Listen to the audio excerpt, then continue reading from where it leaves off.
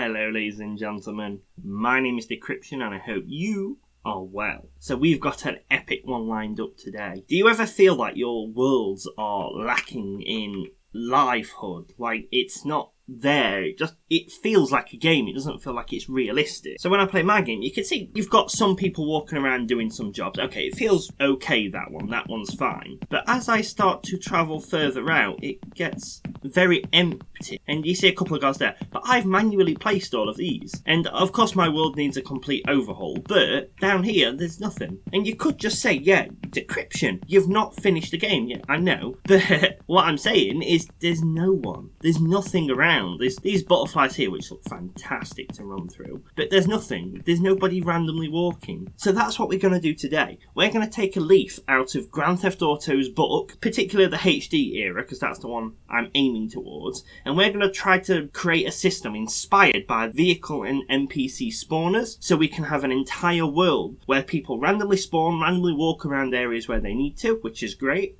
We'll make it so it doesn't spawn too close to the player. We're going to try and avoid clip-ins because we don't want it spawning right in front of the player or right behind the player. So we'll do it randomly based on their distance. And we're going to make it so we can put set areas in. So for example, this area here will just have general people, maybe the odd bandit. If I go to the Elven City, then elves will be more likely to spawn than say bandits because they're in a city. And then if I go to the Knighthood Kingdom, then the knights will spawn and such like that. So let's get started.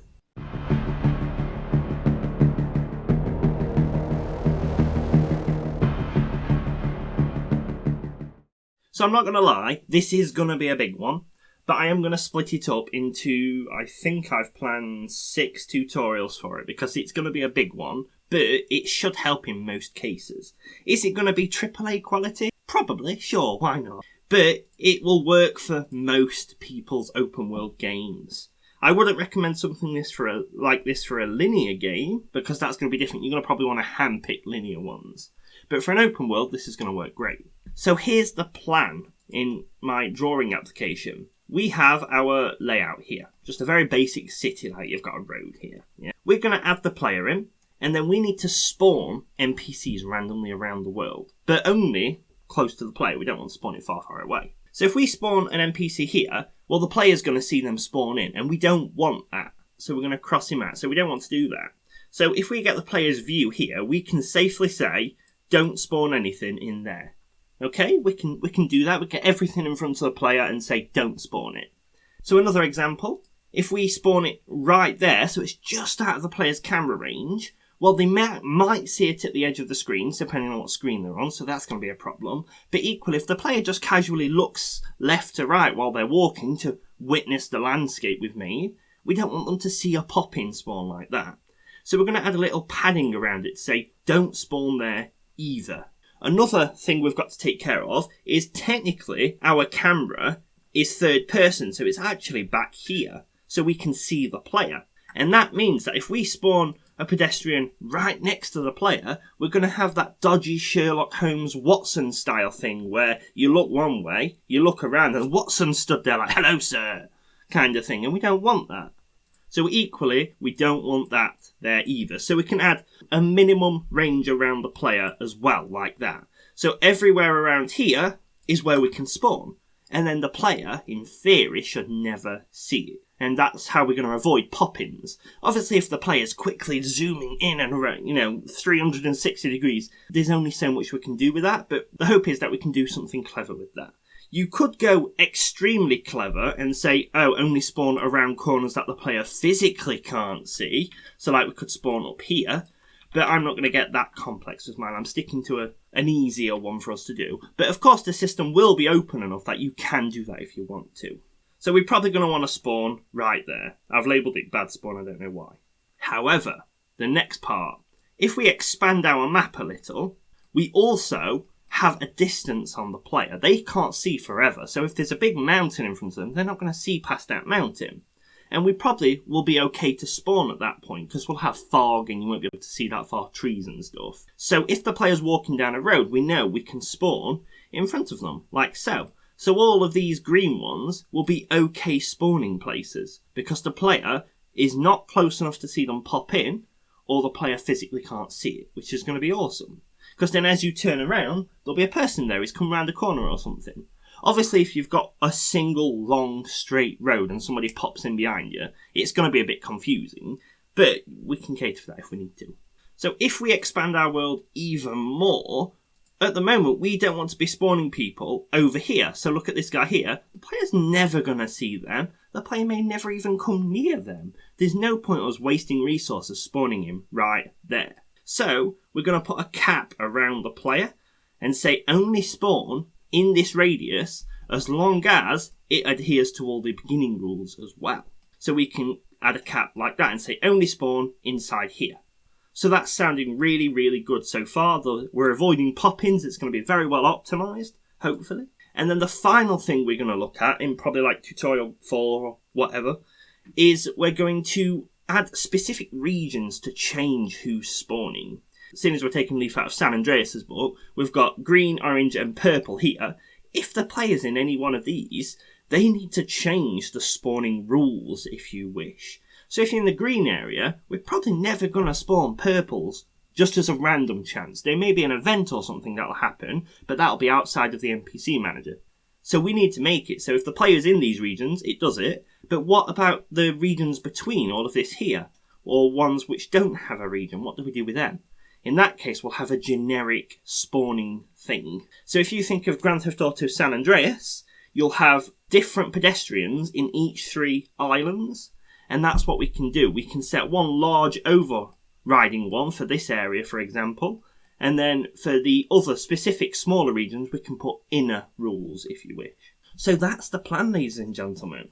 So with all of that labelled down, let's get straight into it and we'll start just a very basic NPC spawner. So as per normal, I'm just going to come and create a demo map just so I can quickly get in and out of it. So there. So I've just copied one of my demo maps. If you've never seen me do it before, I've done it all the time. All I do is create a new map, add a giant plane. I've recently started adding a nav mesh bounds because we'll need it for this one. The player start, and then I add ultra dynamic sky, and that's pretty much it for this map. So what I'm thinking with this NPC spawner is you may have different levels, so you may want to change who it is. So if I'm in the castle, for instance, because that's a separate level for me, I'll want different people inside that, or if you've got a bar or something like that. So what I'm going to do is come to my blueprints folder, and I'm going to create a new folder in here called NPC Spawner, and I'll just create a new blueprint, and it'll be a type of actor that I'll call BP NPC Spawner. So this will only exist in the world once, so I'll drag it in, and this will create the rules for everything. So where the player is, this will handle all the NPCs in the world. Not bosses and specifically spawn NPCs in unless we need it to. So to make sure we can only have one at once, let's just add a quick check in our construction script. So we'll get all actors of class, and we'll set this to itself, so BP NPC spawner, and we'll get the length of the array, and we'll say if it's more than 1, then we know we've got a problem because we've spawned multiple in. So what I will do is on true, I will print out error NPC spawner already exists. And then I'm just going to simply call destroy on itself because I don't really think we should be dragging in multiple ever because it'll really glitch out the game. If you've got 2 NPC spawners running, you're doubling how many NPCs you can spawn, and that's going to be bad for performance. So let's just give it a quick test. So if we drag this out now, it should error. Yeah, so we've got error NPC spawner already exists. There we go. So it doesn't print out greatly, but it will delete it. So you can see if I drag another one out, there you go. NPC spawner already exists, so it'll error. Okay, I don't know what it was. I'm real freaked out. Don't put the destroy there. Just have an error print out, pretty much. So you can see if I drag another one in, it errors. NPC already exists, so we know where to get rid of it.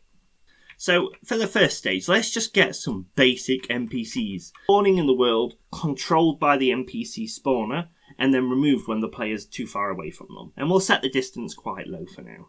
So on our NPC spawner, in our event graph, what I'm going to do, I'll delete the tick and the actor overlay. We don't need to worry about those.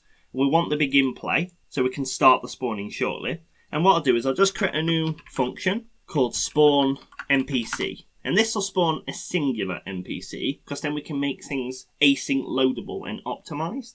So what I'm going to do is I'll just add a variable down here called NPCs to spawn. and I'll come and set this to a type of blueprint NPC, which is my specific NPC class, but I'm going to set it to a soft class reference.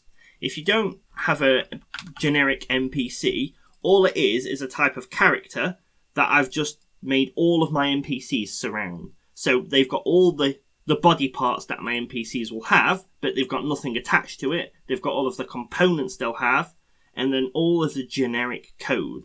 And then all I do is make children based off of that one by right-click, create children. And then you've got a generic NPC you can just randomly spawn, and then you've got specific named ones, such as the guards or the shopkeeper. So I'm just going to spawn that, and we're going to use the soft class so it's not loaded into memory until we tell it. However, the part where this check differs, which we're going to improve in the next tutorial, but for now, is if we come up to the top and change it to a map, like so, we can have an integer here, or a float, which is what I'm going to change it to. And now if we hit compile, and we add a map element here, we can choose our basic NPC, and then we can give it a percentage chance to what that NPC should spawn. And this is how we're going to improve upon later, but for now we'll handle not spawning the same NPC everywhere. Like, for example, if you imagine San Andreas, you'll have a bunch of generic NPCs be like, they spawn 50%, 60% of the time. They have like a 50-60% chance to spawn. Whereas the police, they may only have a 10% chance to spawn, because you don't see police in every single area. But if you go to the police station, they have a separate area where the police's spawn rate is 100%. There's always going to be a police officer. So I'm going to come in and just change these to 0.8, 0.1 and 0.05.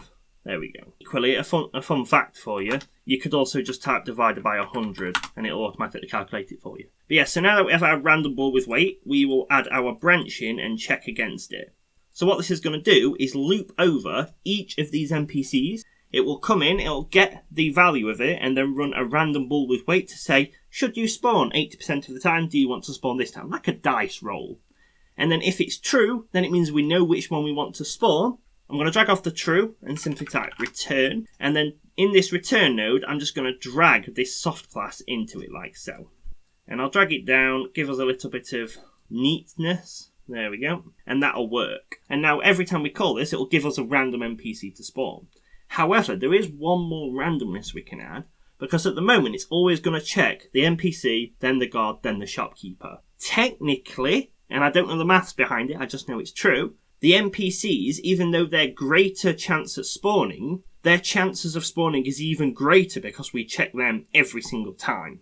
So if we put the shopkeeper at the top, even though their chance to spawn is only 5% of the time, because we're always checking them first, that 5% is technically greater because we're always checking them first. Same with the NPC or the guard.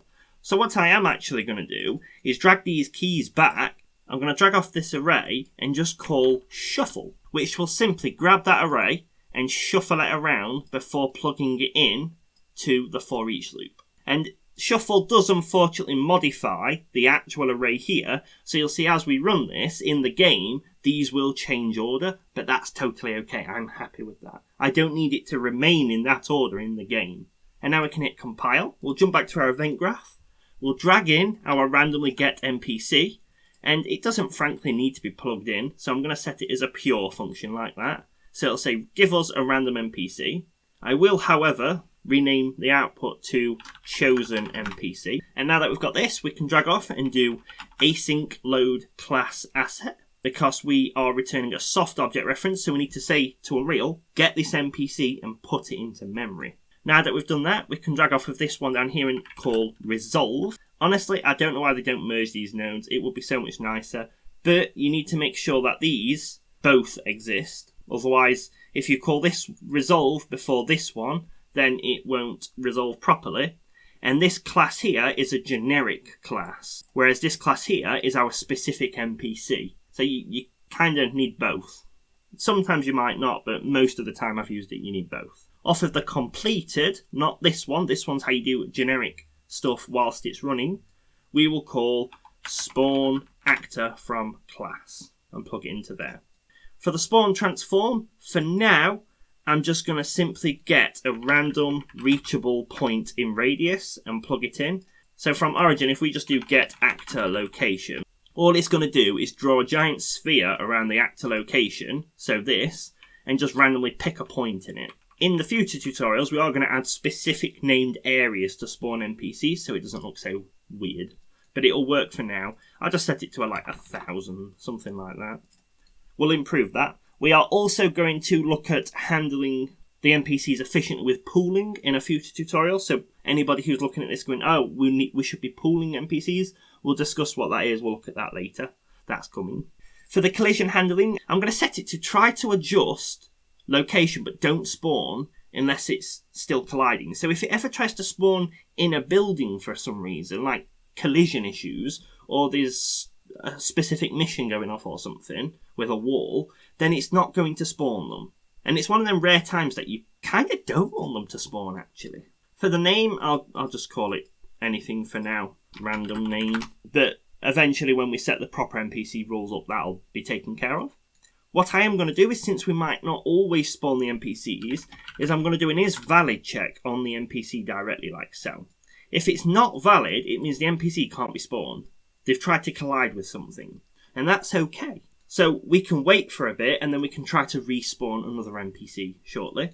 And if it's valid, then we want to log this NPC that we've spawned them. So I'm going to come and create another variable down below called spawned NPC. And I'm going to set it to a type of BP NPC. And I'm actually going to keep it as an object reference. And the main reason I'm going to do this is when the NPCs in the world, they are already loaded in memory. So, because we're building a system to handle said memory by removing the NPCs when they're out of distance, we kind of don't need it to be soft loaded in this case, because they're already spawned. So I'm going to set it to a type of object, and I'm going to set it to a normal array, like so. And then once this NPC is spawned, I can add them into this spawned NPCs by adding an add node into the isValid and plugging it into the return value, like so. So now we're logging the NPCs when they've spawned. And then after that, we can go back to our timer and see whether we need to spawn another NPC or not. So just under all of this, I'll add another event called timer setup. And all I'm going to do off of this is drag off and do timer by event. For the event here, I will simply drag off and choose create event. And the event we're going to choose is simply our spawn one above, so spawn NPC. The time, this is entirely up to you how often you want it to check whether it should spawn a new NPC or not. You may want to play with this time, so if you've already filled up the maximum amount of NPCs, you may want to change the time to something like 10 seconds because it's already full. But at the beginning of the game, you may want it to run every second or something. For me, I'm just going to put 5 seconds. So every 5 seconds, it's going to check, does it need to spawn the next NPC? Have we run out of space, if you wish? And I'm going to tick it as looping, because there's no point resetting the timer up every single time, because it's already there. If you are doing the thing I mentioned where you change the time, then don't tick looping. Instead, cache the variable and then go from there, because then you can change the timer's properties. But for me, I'm just going to run the timer once and it'll check every NPC. So I'll wrap this in a comment. Timer to spawn NPCs. There are going to be some occasions where you probably want to stop the timer. So I am actually going to promote this to a variable, just while we're here, called NPC timer. Just in case you're ever on a mission or a cutscene where you want to stop the NPCs from spawning, you can. You've got the option to. You can just grab the timer and say stop. So back on our event begin play, I'll call our timer setup, which will start it rolling. And then we'll come in here. So the spawn NPC will run as soon as this timer ticks. It will grab a random NPC, randomly spawn them, then add them to our list of spawned NPCs. If it's not valid because they've not spawned, then we'll just wait for the next tick on the timer, so that's fine. And then if we've added them successfully, we can just wait for the next timer tick. So that's a very basic NPC spawner setup already, but let's add some more optimization rules. So firstly, at the moment, this is going to spawn an infinite amount of NPCs until your computer crashes, because it'll just keep running every 5 seconds. So we're going to add an integer down below called max allowed spawns, and I'll set it to a type of integer, and it'll be a single. I'll also make it instance editable, so we can modify it.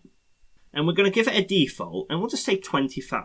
But the good part about this is you could easily modify this value based on your options in your game. So some games give you the option to specify how many NPCs you can spawn. You can also do it based on a table if you wish, like a matrix. So you can say if you're low graphics quality, then set it to 10. If you're medium, 20, high, 30. If you're GTA 6, set it to 100. You know, something like that. I think 25 will be okay, and then we can modify it later. And also, because it's instant editable, we can change it per spawner as well. So if we go inside a building and it changes level, we can change how many will spawn. So just before we spawn the NPC, what I'm actually going to do is just add another event. So let's just reorder these so they're in order, because I always like to go vertical order so you can come in and you can follow it. So now that we've got our integer, how do we actually check it? So what I'm going to do is just set something new up, because it's cool to use and we've never done it on the channel before, called a macro. And it's kind of like a mix between a function and an event, but you have the power to specify exec nodes as well. So on the macros here, I'm going to add a new one called should spawn NPC. And then you'll see we've got absolutely nothing. It looks wacky, doesn't it? Super simple. Click the inputs. Let's add an input to it. So we'll say, I'll just call it exec, and we'll set it to a type, a new one called exec, which is this little pin here. And then for the outputs, I'll add another one called should spawn, and that'll be an exec. But I'll also add another one called no spawn, like so. And then from the exec, we can drag off and add a branch and plug that into true, that into false. And then for the condition, we will drag in our spawned NPCs and get the length. And we'll say, is it less than the maximum allowed spawns? So if our maximum allowed spawns is 25 and the length is 24, it will allow that. If the current spawn NPCs is 25 and the max allowed spawns is 25, it will not allow that. And then equally, if we've somehow managed to spawn 26, it will definitely not allow that. Now you might be thinking, couldn't we just add a branch to the code and do this? We could do, but it makes it really neat, because what we can do is at the beginning of this spawn NPC, if we drag all of this across a little bit, like so, we can drag our macro in. And you'll see we've got this cool little macro one now, where we can say if you should spawn, it should do that. And then if you shouldn't spawn, we've got something else we can do with that later if we need to. And we can hit compile and save. So in theory, ladies and gentlemen, let's give it a quick try. We should now have a very basic system set up where it'll run a timer. Every 5 seconds it should check whether it should spawn an NPC. And if it should spawn, then it will then load them into memory and then spawn them. And then in a moment, after we've tested it, we will track them and remove them.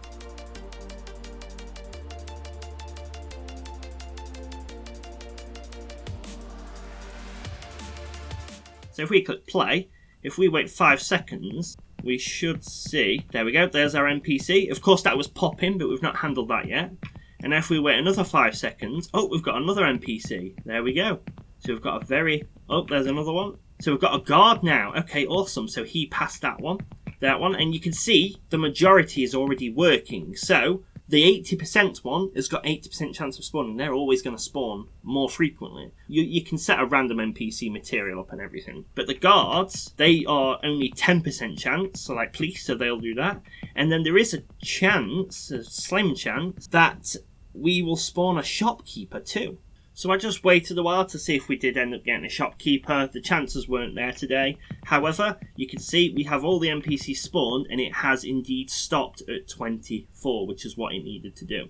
So now let's set it up that if we run far away from them, then they will despawn. In the future tutorials, we'll also look at making it if they're out of distance and stuff like that. So you've seen on San Andreas speedruns maybe that if they do a screen flick like that and then it changes what spawns are there, I don't think we'll do that. We'll just do it based on distance, so then you've got some believability to it. So I was looking around online for the most optimized way to handle this, and there are a couple of ways we can handle spawning them. If we were using C++, we could hook in to world partition and then say when they're physically out of range. Whilst that works, we aren't branching into C++ yet, and world partition's chunks are huge by default, which might be okay, but then you very well might be in a city with 25, run out of the city, and you'll not have anybody until that city deloads, which is not something we want.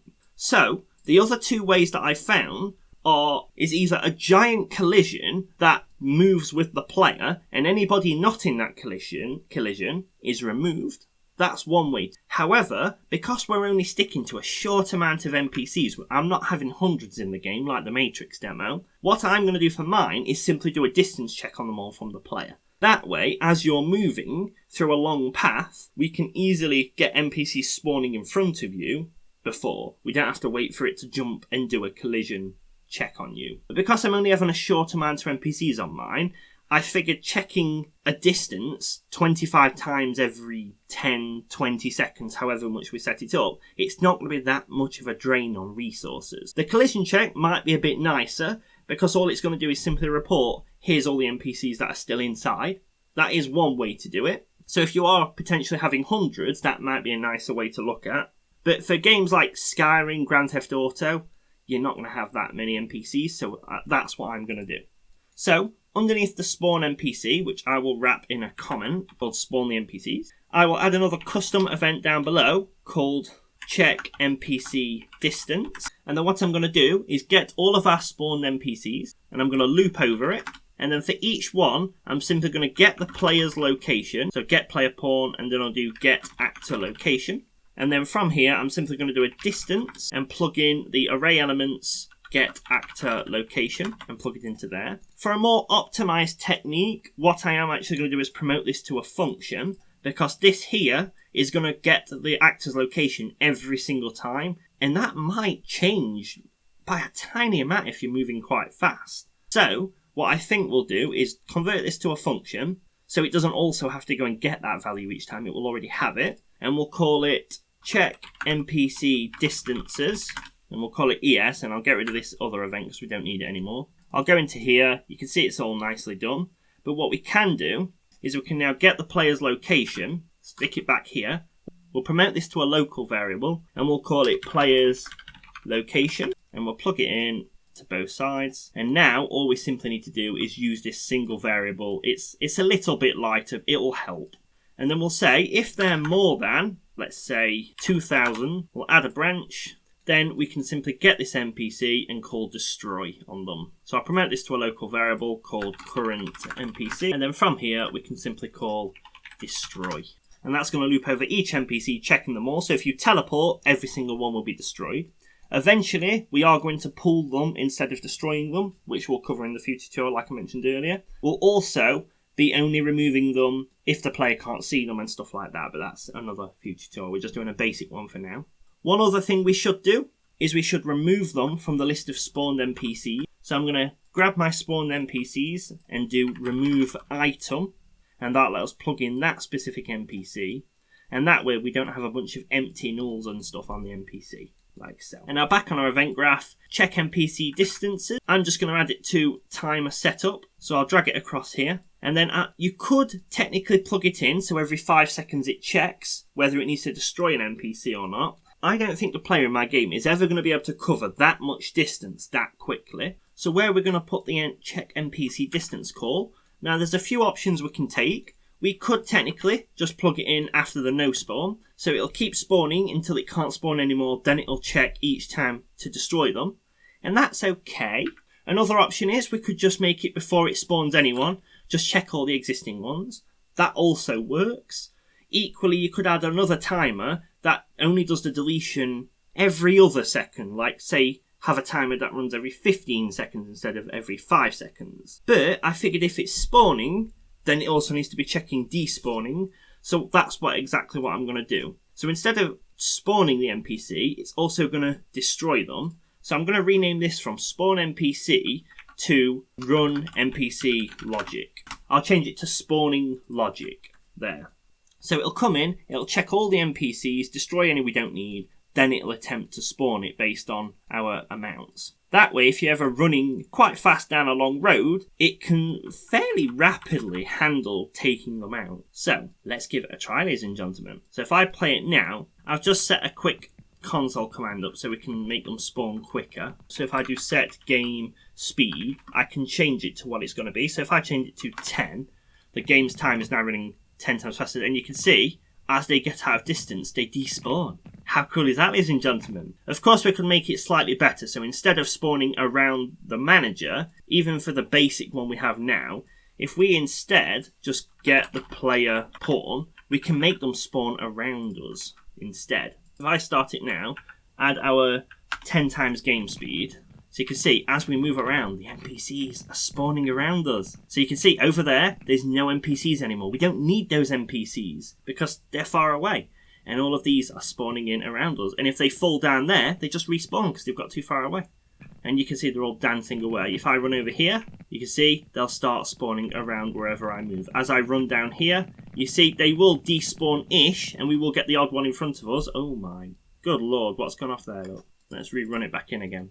So you can see, as I run down here, they will spawn around me. So if you imagine on San Andreas or GTA, as you're running really fast, or you're driving, NPCs don't strictly spawn in front of you, because you're running so quick and it's trying to handle it.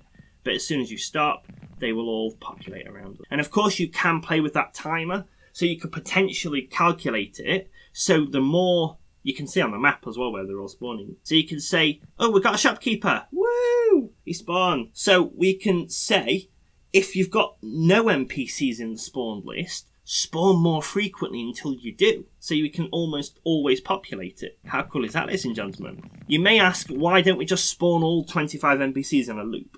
And whilst you could do it super quickly, there are a couple of optimizations around it. If you imagine, if we're trying to run this code 25 times, it's going to take the odd frame to actually spawn them and make them visible and do what it needs. If you do the odd frame here and there, the player's not going to notice that.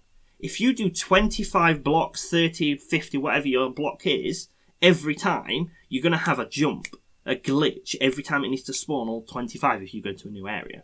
That's why I'm just taking this more lightweight approach. So as you're walking around, because if you imagine we were super running then, if we just walk around casually, so if I just set it to 10 so we get a bunch of spawning around us, and then I'll come and set it back to 1. As you can see, if we walk around here, look, you're probably not going to notice it too badly that they're spawning and despawning. So 5 seconds might be too much. So as you can see, it's not fully going. So I think I will adjust it from 5 seconds to probably about 2 seconds. So, because we don't want it running on tick, so if you're running a 60 frames per second game, you don't want it running 60 times every second roughly, because that's ridiculous. So every 2 seconds, it spawns once. So you should see we should get a lot more NPCs more rapidly now. There you go. So as we walk down here, NPCs will spawn in. There we go. So that's it for part 1, ladies and gentlemen. The NPC spawner code. The NPCs will randomly spawn in around us. A very rough percentage chance on them. And there we go. So pretty cool.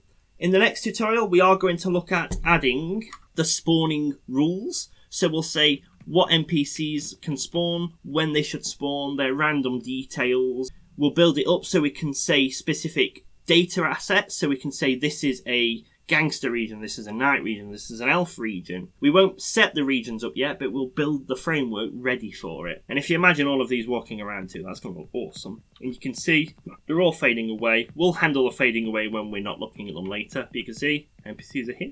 There we go, ladies and gentlemen. Thanks for watching. I hope you enjoyed it. If you've got any improvements you would like to see, please let me know. So thanks for watching. I hope you enjoy. My name is Decryption, and I will see you next time.